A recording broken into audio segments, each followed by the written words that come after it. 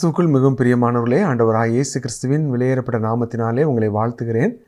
இந்த நாளில் கூட உங்களோடு தேவனுடைய வார்த்தையை பகிர்ந்து கொடுக்கும்படியாக கர்த்தர் கொடுத்த அவருடைய பிரதான கிருபை இரக்கங்களுக்காக தேவனை துதிக்கிறேன். இந்த நாள்லையும் கூட அன்னாளுடைய வாழ்க்கையில் இருந்து ஒரு ஆவிக்குரிய சத்தியத்தை கற்றுக்கொள்ள தேவன் நமக்கு உதவி செய்வாராக. வேதத்தில் ஒவ்வொருத்தரும் ஒவ்வொரு சூழ்நிலைகளில் கடந்து போகிறாங்க. சில சிக்கலான சூழ்நிலைகள் வழியாக கடந்து போகும் பொழுது நாம் மாம்சத்தின்படி செயல்படுறவங்களா இருக்கலாம், அல்லது ஆவிக்குரியவங்களா ஆவிக்குரிய சாயலை ஆவிக்குரிய தரத்தை வெளிப்படுத்துகிறவங்களா இருக்கலாம். இந்த அன்னாள் நமக்கு ஒரு சவாலான ஒரு முன்மாதிரியாக இருக்குது. இந்த அன்னாளுடைய வாழ்க்கை நம்ம எல்லாருக்குமே நல்லா தெரியும். அவளுக்கு குழந்தை இல்லை. அவருடைய கணவனாகிய எல்கானா ரொம்ப அன்பாக இருக்கிறான். ஆனால் அந்த எல்கானாவுக்கு இன்னொரு மனைவி இருக்கிறா. அவருடைய பேர் பெனினாள். அந்த பெனினாள் அன்னாளை ரொம்ப ஒரு அற்பமாக நடத்துகிறான். ரொம்ப அவளை அப்படியே பட்டய குத்துகள் போல் பேசுகிறவர்கள் உண்டு என்று தேவனுடைய வார்த்தையில் வாசிக்கிறோம். பட்டய குத்துகள் போல இந்த பெனினாள் அன்னாளை தன்னுடைய ஈட்டி போன்ற வார்த்தைகளாலே குத்தி கிழிக்கிறவளாக இருக்கிறாள். அவள் அழுது கொண்டே இருக்கிறாள். சாப்பாடு கூட சாப்பிட முடியாத அளவுக்கு அவருடைய இருதயம் துக்கத்தினாலே நிறைய, அவருடைய துக்கம் தொண்டையை அடைக்க அவளால் சாப்பிடக்கூட முடியல. அந்த அளவுக்கு இந்த அன்னாள் தன்னுடைய வாழ்க்கையில் ரொம்ப ஒரு வேதனையோட கண்ணீரோட, ஒரு பக்கம் மலடின்னு சொல்லி சமுதாயத்தில், இன்னொரு பக்கம் பார்த்தீங்கன்னு சொன்னால் சொந்த வீட்டுக்குள்ளேயே பெனினாள் அவளை துக்கப்படுத்துகிற, ஸோ இருதயம் நொறுங்குண்ட, தன்னுடைய வாழ்க்கையிலே நிம்மதி இல்லாமல் வேதனையோட கண்ணீரோடு கூட சாப்பிடாமல் அழுது கொண்டிருக்கின்ற ஒரு அன்னாளை நாம் 1 சாமுவேல் 1ஆம் அதிகாரத்திலே பார்க்கிறோம். நம்முடைய வாழ்க்கையில் கூட இப்படிப்பட்ட அநேக சந்தர்ப்பங்களை உங்களுடைய வாழ்க்கையில் நீங்களும் கூட சந்திச்சிருக்கலாம். இதை கேட்டுக்கொண்டிருக்கிற உங்களுடைய வாழ்க்கையிலும் கூட இப்படிப்பட்ட பாதைகள் வழியாக உங்களுடைய வாழ்க்கையில் கடந்து வந்திருக்கலாம். இந்த அன்னாளும் கூட. ஆனால் ஒன்று வருஷம் தேவனுடைய ஆலயத்துக்கு போவது அந்த எல்கானாவனுடைய ஒரு குடும்ப வழக்கமாக இருக்குது. பாருங்கள், அன்னாளிடத்தில் நம்ம கற்றுக்கொள்ள வேண்டிய முதல் நல்ல ஒரு காரியம் என்ன அப்படின்னா, தன்னுடைய வாழ்க்கையில் எவ்வளவுதான் நிந்தைகள் இருந்தாலும், ஏமாற்றங்கள், வேதனைகள், ஒருவேளை அந்த மலடிங்கிற ஒரு பரிதாபமான ஒரு நிலைமை அவளுடைய வாழ்க்கையில் காணப்பட்டாலும், தேவனை பின்பற்றுகிற காரியத்தில் அல்லது தேவனை தேடி போகிற ஒரு காரியத்தில் அவள் பின்வாங்கவே இல்லை. அவள் அதில் சோர்ந்து போகவில்லை. அநேகர் பிரச்சனைகள் எல்லாமே சாதகமாக இருந்துச்சுன்னா, ஆசீர்வாதமாக நடந்துச்சுன்னு சொன்னால் ஸ்தோத்திரம் சாட்சி சொல்கிறது எல்லாமே ஒரு மனித சுபாவத்துக்கு அது ரொம்ப ஒரு எளிதான ஒரு காரியம். ஆனால் எல்லாமே நெகட்டிவாக போகும்போது, எதிர்மறையாக போகும்போது அவங்களுடைய வாழ்க்கையில் தேவனை தேடுறது, தேவனை பின்பற்றுவது என்பது ரொம்ப ஒரு சவாலான ஒரு காரியம். அங்கே 1 சாமுவேல் 1ஆம் அதிகாரம் 3ஆம் வசனத்தில் எல்கானாவை குறித்து சொல்லப்பட்டிருக்கிறது. அவன் கர்த்தருக்கு பலியிடவும், கர்த்தரை பணிந்து கொள்ளவும், கர்த்தருக்கு ஆராதனையை ஏறெடுக்கிறதுக்காக வருஷந்தோறும் அவன் எங்கே போவானா, சீலோவில். அந்த நாட்களில் எருசலேமில் இல்லை ஆசரிப்பு கூடாரம். ஆசரிப்பு கூடாரம் முதலாவது சீலோவில் தான் இருந்துச்சு. யோசுவாவுடைய காலத்தில் ஆசரிப்பு கூடாரத்தை சீலோவில் நிறுவினார்கள் என்று சொல்லி நாம் யோசுவா புத்தகத்திலே வாசிக்கிறோம். ஸோ இந்த தேவனுடைய ஆலயம் முதல்ல சீலோவில் தான் இருந்துச்சு. பின்பாகத்தான் அது தேவனுடைய ஆலயமானது எருசலேமுக்கு நேராக மாற்றப்பட்டதை நாம் பின்னாட்களில் பார்க்குறோம். சரி, இங்கே சீலோவுக்கு வருஷந்தோறும் போகிறான்.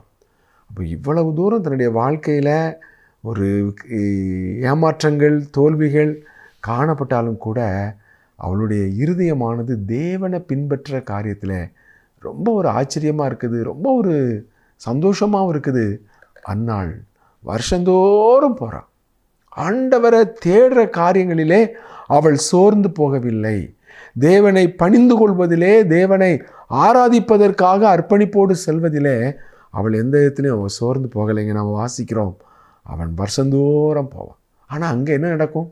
அங்கே ஆலயத்துக்கு போனாலும் கூட, சீலோவில் கர்த்தரை பணிந்து கொள்ளும்படி அன்னாள் போனால் கூட அவளுடைய சக்களத்தி என்று அங்கே பெனினாளை குறிப்பிட்டிருக்கிறது. மனமடிவாக்குவாள். உனக்கு தான் பிள்ளை இல்லையே, நீ எந்த முகத்தை கொண்டு போய் நீ கர்த்தருக்கு ஆராதனை ஏறெடுக்க போகிற? உனக்கு தான் பிள்ளை இல்லையே, நீ எதுக்கு கர்த்தருக்கு பலி செலுத்தணும்? நீ எதுக்கு, என்ன காரணத்துக்காக பலி செலுத்தணும்? என்ன காரணத்துக்காக கர்த்தரை ஆராதிக்கணும்னு சொல்லி அவள் மனமடிவாக்குற, இன்னும் வேதனைப்படுத்துகிற பல வார்த்தைகள், பட்டய குத்துகளைப் போல பேசுகிற வார்த்தைகள் இங்கே வாசிக்கிறோம்.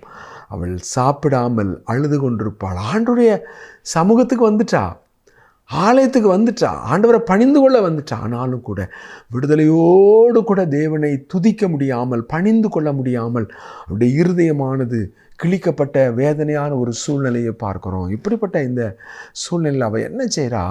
கர்த்தருடைய ஆலயத்தில் போய் அவள் அழுகிற ஒரு காரியத்தை நாம் இங்கே பார்க்குறோம். அங்கே 1 சாமுவேல் 1:10 அன்னாளை குறித்து நம்ம என்ன வாசிக்கிறோம்? அவள் மனங்கசந்து அழுது கர்த்தரை நோக்கி விண்ணப்பம் பண்ணி என்று நாம் வாசிக்கிறோம். மனங்கசந்து அழுது கர்த்தரை நோக்கி விண்ணப்பம் பண்ணி. இப்போ முதல்ல பார்க்குறோம், அவள் வீட்டில் இருக்கலை. இல்லைங்க நான் வரலைங்க, நீங்கள் போங்கன்னு சொல்லி அவள் என்ன செய்யலை? வீட்டில் இருக்கலை. அவள் எழும்பி அவ்வளோ தூரம் பிரயாணப்பட்டு சீலோவுக்கு வருகிறத பார்க்குறோம். 2வது, தன்னுடைய வாழ்க்கையில் பிரச்சனையான சூழ்நிலையில் தேவ சமூகத்திலே போய் தன்னுடைய இருதயத்தை தண்ணீரை போல ஊற்றி விடுகிற ஒரு அன்னாளை பார்க்கிறோம். சங்கீதத்தின் புஸ்தகத்தில் 62ஆம் சங்கீதத்தில் 8ஆம் வசனத்தில் இப்படி நம்ம வாசிக்கிறோம். சங்கீதம் 62ஆம் சங்கீதம் 8ஆம் வசனம். ஜனங்களே, எக்காலத்தில் அவரை நம்புங்கள், அவர் சமூகத்தில் உங்கள் இருதயத்தை ஊற்றி விடுங்கள், தேவன் நமக்கு அடைக்கலமாய் இருக்கிறார். இங்கே பாருங்கள், அன்னாளுடைய வாழ்க்கையில் கூட பார்க்குறோம். எக்காலத்தில் அவரை நம்புங்கள், உங்கள் இருதயத்தை அவருடைய சமூகத்தில் ஊற்றி விடுங்கள். இங்கே நான் பாருங்கள், அவர் எக்காலத்திலும் அவர் நமக்கு அடைக்கலமாய் இருக்கிறார். இருதயத்தை ஊற்றி விடுங்கள். பிரச்சனை வரும் பொழுது சோர்ந்து போகாத ஒரு அன்னாள். இந்த பிரச்சனைக்கு மத்தியிலும் கூட ஆலயத்தில் வந்து அவர் சாப்பிடாமல் அழுது கொண்டு இருந்தாலும் கூட அந்த பலியிட்ட பங்கு 2 மடங்கு எல்கானா கொடுக்குறான். எல்கானாவுடைய பகுதி ஒரு சிறப்பான பகுதி தான். ஆனாலும் கூட அவருடைய இருதயம் ஆறுதல் அடையலை. மனங்கசந்து அழுது கர்த்தரை நோக்கி விண்ணப்பம் பண்ணி இருதயத்தை ஊற்றி விடுகிற ஒரு அன்னாள். அப்போ உட்காந்து அழுதுகிட்டு இருக்கல, அல்லது யாரையாவது கூப்பிட்டு இந்த மாதிரி பெனினால் இப்படி பண்ணுறா அப்படின்னு சொல்லி சகோதரிகளுக்கு ஒரு வழக்கம், தங்களுக்கு ஒரு பிரச்சனைன்னு சொன்னால் யாருக்கிட்டையாவது சொல்லணும். ஆனால் யாருக்கிட்டையும் அவள் சொல்லலை. மனுஷனை, நாசியிலே சுவாசமுள்ள மனுஷனை நம்புவதை விட்டுவிடுங்கள், எண்ணப்படுவதற்கு அவனை ஏமாத்திரம். இங்கே கேட்டுட்டு ஆமாம் அங்கே போய் பின்னுக்கு போய் தலையை துலுக்குவான், அல்லது ஏளனம் பண்ணுவான், அல்லது நமக்கு விரோதமாக பேசுவான், அல்லது நம்ம சொன்னதை ஊர் பூரா தூற்றி விடுவாங்க. இதுதான் மனித சுபாவம். அவள் அன்னாள் அந்த தவறை செய்யலை, அவள் கரெக்டாக செய்கிறா. ஆண்டவருடைய சமூகத்தில் போய் மனங்கசந்து அழுது அவள் ஜெபிக்கிறாள். இப்போ எவ்வளோ பிரச்சனை வந்தாலும் அவள் வீட்டில் இருக்கலை, எழும்பி ஆலயத்துக்கு வருகிற ஒரு நல்ல ஒரு குணாதிசயம் அவளிடத்தில் இருக்கிறது. 2வது, எந்த சூழ்நிலையிலும் அவள் தேவ சமூகத்தில் தன்னுடைய இருதயத்தை ஊற்றி ஜெபிக்கிற ஒரு அன்னாளை பார்க்குறோம். அங்கே கூட ஏலிக்கிட்ட அவள் சொல்லும் பொழுது என்ன சொல்கிறா தெரியுமா? என் இருதயத்தை கர்த்தருடைய சமூகத்திலே ஊற்றி விட்டேன், இருதயத்தை கர்த்தருடைய சமூகத்திலே ஊற்றி விட்டேன் என்று சொல்கிறான். ஸோ இப்படி அவள் ஜெபம் பண்ணிகிட்டு இருக்கிறா. இப்போ தான் ஒரு முக்கியமான ஒரு பிரச்சனை அங்கே நடக்குது. என்ன அப்படின்னா, ஏலி அந்த சீலோவில் அந்த ஆசரிப்பு கூடாரத்தில் அவர் ஆசனம் போட்டு உட்கார்ந்துருக்கிறார். ஒரு வயதான மனிதர், பழுத்த பழம். அந்த தேவனுடைய மனுஷனாகிய ஏலி இதை கவனிச்சுட்டே இருக்கிறார். எப்போ இவர் ரொம்ப நேரமாக வந்துட்டா, உதடுகள் மாத்திரம் அசைகிறது, எந்த சத்தமும் பிறகலை.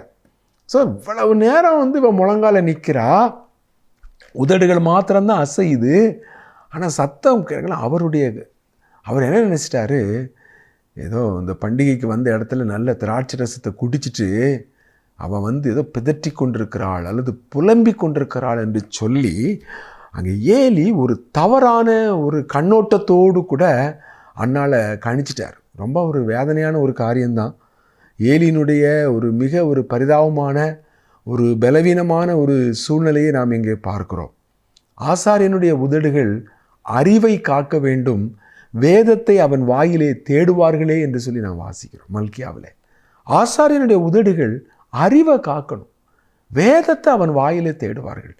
இந்த இடத்துல ஏலி என்ன செய்தார்னு சொல்லி நீங்கள் பார்த்தீங்கன்னு சொன்னால், 1 சாமுவேல் 1 வந்து அவரும் அவருடைய பங்குக்கு என்ன செய்கிறாரு, அன்னால காயப்படுத்துகிற, வேதனைப்படுத்துகிற, குத்தி கிழிக்கிற பயங்கரமான வார்த்தையை யார் சொல்கிறா?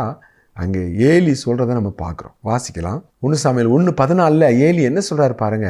ஏலி அவளை நோக்கி, நீ எதுவரைக்கும் வெறித்திருப்பாய்? நீ உன் குடியை உன்னை விட்டு விலக்கு என்றான்.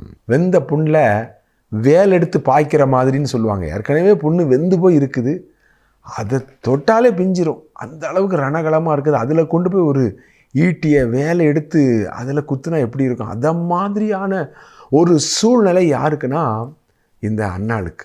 இங்கே வாசிக்கிறோம், நீ எது வரைக்கும் வெறித்திருப்பாய், உன் குடியை உன்னை விட்டு விலக்கு. அவள் திராட்சை ரசம் மது குடிக்கிற ஒரு ஸ்திரீ அல்ல, அவள் கர்த்தருக்கு பயந்த ஒரு ஸ்திரீ, கர்த்தர் மேலே விசுவாசம் உள்ள ஒரு ஸ்திரீ, கர்த்தருடைய ஆலயத்தை வாஞ்சியோடு நாடி தேடுகிற ஒரு ஸ்திரீ. தன்னுடைய வாழ்க்கையில் வேதனைகள் வரும் பொழுது ஆண்டுடைய சமூகத்திலே தன்னுடைய இருதயத்தை தண்ணீரை போல ஊற்றி விடுகிற ஒரு ஸ்திரீ. மனம் கசந்து ஆண்டுடைய சமூகத்திலே ஜெபிக்கின்ற, அழுது விண்ணப்பம், கண்ணீரோடு விண்ணப்பம் பண்ணுகின்ற ஒரு நல்ல ஒரு ஆவிக்குரிய ஸ்திரீயாக அன்னாள் இங்கே காட்டப்படுகிறார். இந்த சூழ்நிலையில் தான் அன்னாள் பாருங்க, இந்த வார்த்தையை, இந்த கடினமான பட்டைய குத்து போன்ற இந்த வார்த்தையை ஏலி அன்னாளுக்கு விரோதமாக பயன்படுத்தின உடனே அவள் பாருங்க அப்படியே நெடுஞ்சான் கிடையா ஏலியுடைய காலில் விழுறா. அதுதான் இங்கே ரொம்ப ஹைலைட். என்னென்னா, ரொம்ப ஒரு ஆச்சரியமான ஒரு காரியம் என்ன அப்படின்னா, அவளுக்கு இந்த வார்த்தையை கேட்ட உடனே கோவம் வந்திருக்கணும். ஏற்கனவே பெனினால் காயப்படுத்தி வச்சிருக்கிறா. இப்போ வந்து சொன்ன உடனே, நான் குடிச்சிருக்கிறேனா, நான் வெறிச்சிருக்கிறேனா, நீர் பார்த்தீரா, இப்படி வந்து என்னை தூஷணமாக பேசுகிறேன்னு சொல்லி அன்னாள் கொதிச்சு எழலை. அவளது போய் சத்தம் கட்டாமல் கோபத்தில் வேகமாக ஒன்றுமே பேசாமல் கோபத்தில் வெளியே வந்திருக்கலாம். வெளியே வந்துட்டு ஒவ்வொருத்தரையாக கூப்பிட்டு, ஏலி இப்படி பண்ணிட்டாரு, ஏலி இந்த மாதிரி பேசிட்டாரு, அப்படியா பேசினார். உடனே என்ன செய்வாங்க, கேட்குற ஒவ்வொரு ஸ்திரீ என்ன சொல்லுவாங்க, இப்படி பேசலாமா, இப்படி ஒரு வார்த்தையை சொல்லலாமா, இந்த மாதிரி இவ்வளோ வேதனையோட கண்ணீரோடு இருக்கிற இந்த ஒரு சூழ்நிலையில் இவ்வளோ போய் இப்படி ஒரு காயப்படுத்துகிற வார்த்தையை சொல்லியிருக்க, இவர் என்ன ஒரு தேவனுடைய மனுஷன் அப்படின்னு சொல்லி இன்னும் அன்னால மாம்சத்துக்குரியவங்களாக மாற்றுறதுக்கு அநேகர் எழும்பி வந்திருப்பாங்க. அப்படி அன்னாள் கோவப்படலை, ஏலிக்கிட்டையும் சண்டை போடலை, ஏலிக்கும் விரோதமாக பேசலை, ஒவ்வொருத்தட்டையாக போய் ஏலி அவள் கம்ப்ளைண்ட் பண்ணலை. அவள் செய்கிற காரியம் பாருங்கள், ஏலியை பற்றி அவதூறு பேசவோ அல்லது ஏலியை பற்றி குறை சொல்லவோ அல்லது ஏலியை பற்றி குற்றச்சாட்டவோ அவளுக்கு நியாயம் நிறைய இருக்குது. ஒரு பக்கம் அவள் மலடிங்கிற வேதனை, இன்னொரு பக்கம் பெனினால் அவளை காயப்படுத்துகிற காயமான வார்த்தைகள். ஸோ இந்த மாதிரி அவள் நொந்து நொறுங்கி அவள் காணப்படுகிற வேளையில் இந்த கடினமான வார்த்தைகளை ஏலி சொன்னதுனால ஏலியை பற்றி தூஷித்து ஊர் பூரா ஏலியுடைய பேரை கெடுத்திருக்கலாம். ஆனால் அப்படிப்பட்ட ஒரு காரியத்தை அவள் செய்யலை. மாறா அவள் என்ன செய்கிறா, அப்படியே ஏலியினுடைய பாதப்படியில் விழுறா.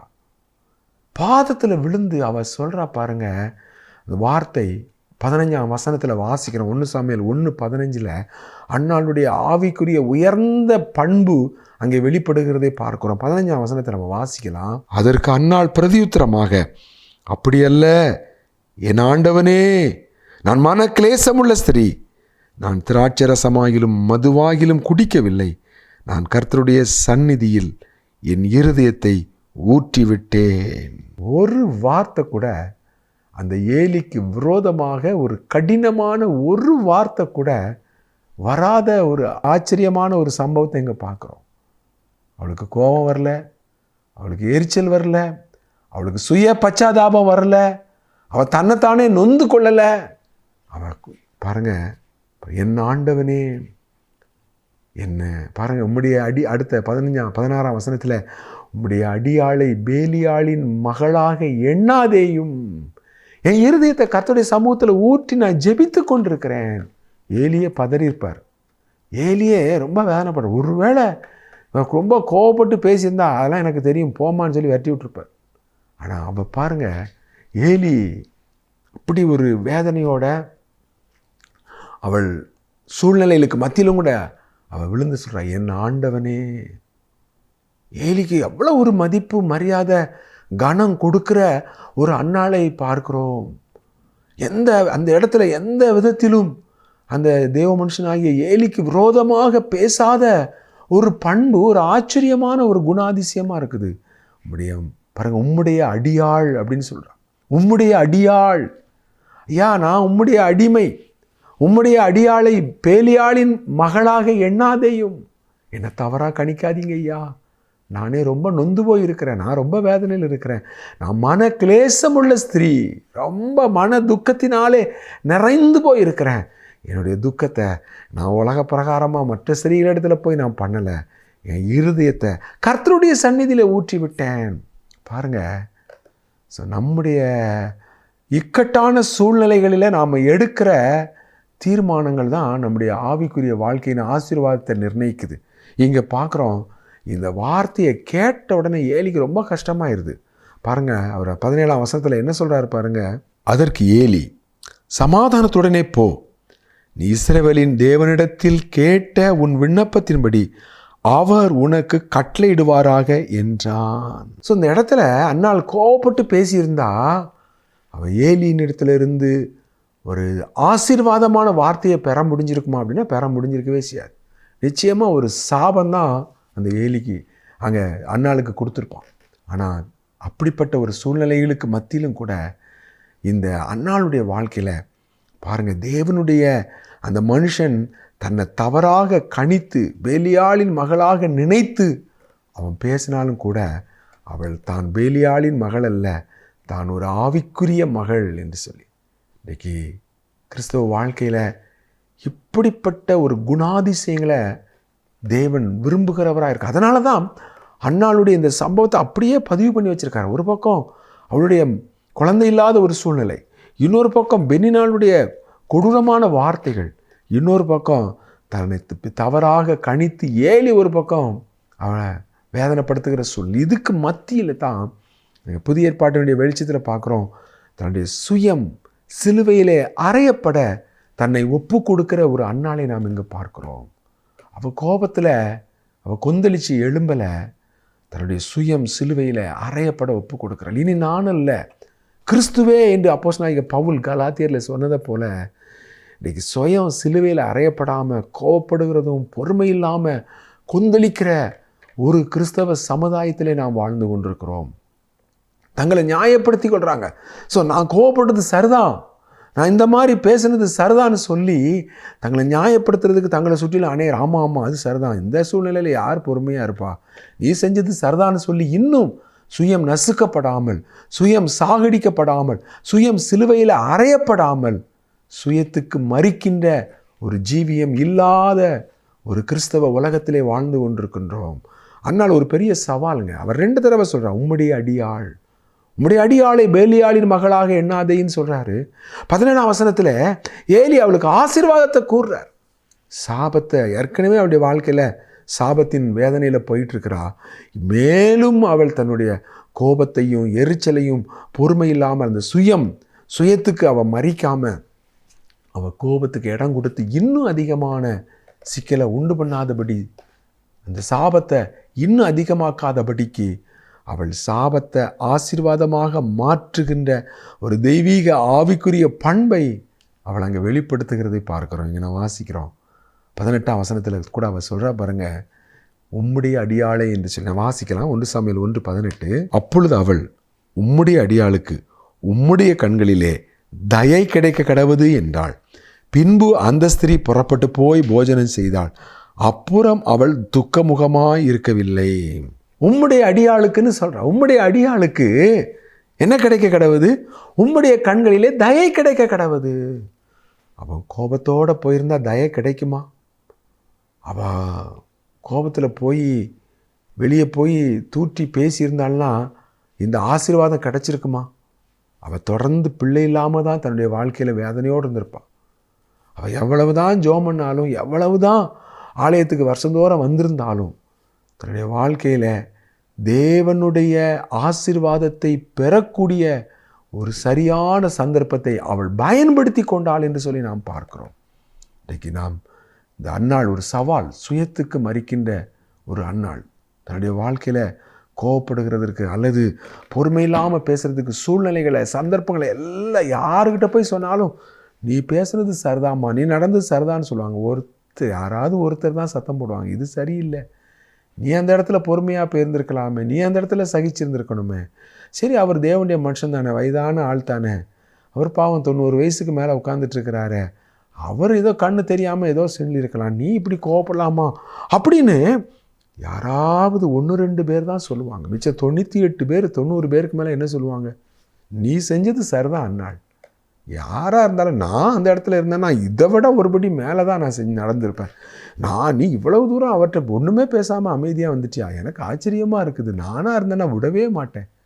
இப்படித்தான் இன்றைக்கு கிறிஸ்தவ வாழ்க்கை எவ்வளோ ஒரு கீழ்த்தரமான ஒரு ஆவிக்குரிய தரத்துக்குள்ளே போய்கொண்டிருக்கிறதுங்கிறத நாம் அவதானிக்க வேண்டும். நம்ம எவ்வளவு ஜெபம் பண்ணுறோம், எவ்வளோ தூரம் ஆலயத்தை தேடி வாரோங்கிறது காரியம் இல்லை. இப்படிப்பட்ட இக்கட்டான சூழ்நிலைகள் வரும் பொழுது அங்கே அன்னாளுடைய ஒரு அருமையான ஒரு தெய்வீக குணாதிசயத்தை வெளிப்படுத்துகிறத பார்க்குறோம். இதை கேட்டுக்கொண்டிருக்கிற நீங்களும் நானும் கூட, ஆண்டவரே எங்களுடைய வாழ்க்கையிலும் கூட இப்படிப்பட்ட சூழ்நிலைகள் வரும் பொழுது ஆண்டவர் சுயத்துக்கு மறிக்கிற அந்த கர்த்தருடைய ஊழியரை தேவ மனுஷனுங்கிற அந்த ஒரு கணத்தை விட்டு அவள் இறங்கவே இல்லை. அவள் காலில் விழுந்து சொல்கிறான், என் ஆண்டவனே உம்முடைய அடியாள், உம்முடைய அடியாள். பாருங்கள், அவள் சாபத்தை வாங்கலை, ஆசீர்வாதத்தை பெற்றவளா. கரெக்டாக அங்கே நம்ம வாசிக்கிற கர்த்தர் அன்னாளை நினைத்தருளினார், கர்த்தர் அன்னாளை கடாட்சித்தார் என்று சொல்லி நான் வாசிக்கிறோம். தேவன் நினைத்தார். இப்படிப்பட்ட ஒரு அன்னாளை இனி ஒரு வினாடி கூட நான் தாமதிக்க மாட்டேன். இனி ஒரு வினாடி கூட அவள் வேதனை படவே கூடாது. இனி ஒரு வினாடி கூட அவளுடைய வாழ்க்கையில் எந்த ஒரு கண்ணீருக்கு நான் இடம் கொடுக்கவே மாட்டேன். கர்த்தர் அவளை ஆசீர்வதிக்கிறதை பார்க்கிறோம். முற்பவ திட்ட காலத்திலே குழந்தையோடு வராங்க. சாபத்தோடு வாழ்ந்தவள், கண்ணீரோடு வாழ்ந்தவள் தன்னுடைய வாழ்க்கையில் சாபத்தை ஆசீர்வாதமாக மாற்றினாள் என்று சொல்லி நாம் பார்க்கிறோம். வாழ்க்கையில் சாபத்தை இன்னும் சாபத்தை கூட்டுறவங்களா நம்ம அந்த கோபத்திலையும் பெருமையிலையும் நம்ம பொறுமையற்ற தன்மையிலையும் ஓடிக்கிட்டு இருக்கிறோமா, அல்லது இந்த அன்னாளை போல அப்படிப்பட்ட இக்கட்டான சூழ்நிலையிலும் கூட இந்த பொறுமையற்ற தன்மை, கோபத்துக்கும் எரிச்சலுக்கும் நம்ம இடம் கொடுக்காம, என் ஆண்டவனே நான் மனக்கிலேசம் உள்ள ஸ்திரீ, உம்முடைய அடியாளை பேலியாளின் மகளாக எண்ணாதே, உம்முடைய அடியாளை நீர் ஆசீர்வதியும் என்று சொல்லி பாருங்கள். அவள் துக்கமுகமாக இருக்கலை, அதை செஞ்சுட்டு. ஒருவேளை அவள் கோபத்தோடு போயிருந்தா அவளுடைய மனசில் நிம்மதியே இருக்காது. அவள் கோபத்தோடு போயிருந்தா அவளுடைய மனசில் சமாதானமே இருந்திருக்காது. ஏலிக்கு விரோதமாக அவள் பேசியிருந்தா, ஏலியை போய் தூற்றி அவரை 10 பேரை கூப்பிட்டு இப்படி பண்ணிட்டாரு, இப்படி சொல்லிட்டாரு, இப்படி பேசலாமா, இப்படி சொல்லலாமான்னு சொல்லி ஏலியை தூற்றி இருந்தா அவருடைய வாழ்க்கையில் இன்னும் வேதனை கூடியிருக்கும், மனபாரம் கூடியிருக்கும், துக்கம் கூடியிருக்கும்.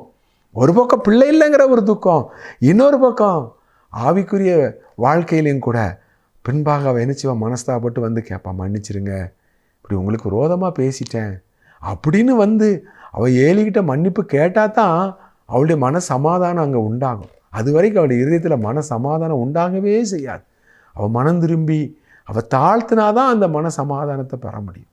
ஆனால் யோசித்து பாருங்கள், அப்படிப்பட்ட ஒரு சூழ்நிலைக்கு அவள் இடம் கொடுக்காம உம்முடைய அடியாள், என்ன ஆண்டவனே, எனக்கு அருமையானவர்களே, 2ஆம் அதிகாரத்தில் என் கொம்பு உயர்ந்திருக்கிறது, கர்த்தர் சிறியவனை புழுதியிலிருந்து எளியவனை குப்பையிலிருந்து உயர்த்தினார் என்று அவள் தேவனை துதித்து பாடுகிறதை பார்க்கிறோம். கர்த்தர் தாமே இந்த நாட்களில் இந்த வார்த்தைகளை கேட்கிற நம் ஒவ்வொருவரையும் அனல் மூட்டுவாராக. ஆண்டவரே, சூழ்நிலைகள் வரும் பொழுது நாங்கள் மாம்சத்தின்படி செயல்படுகிறவர்களாக அல்ல ஆண்டவரே, நாங்கள் சாபத்திற்கு மேலே இன்னும் சாபத்தை கூட்டுகிறவர்களாக அல்ல, சாபத்தை ஆசீர்வாதமாக மாற்றுகிற ஆண்டவரே அந்த அன்னாளை போல அந்த சுயத்துக்கு மறிக்கிற, அந்த சுயத்துக்கு சிலுவையில் அறைய ஒப்பு கொடுக்கிற அந்த ஒரு ஆவிக்குரிய ஜீவியத்தை எங்களுடைய வாழ்க்கையில் வெளிப்படுத்தும் ஆண்டவரே என்று நம்ம ஜெபிப்போமா?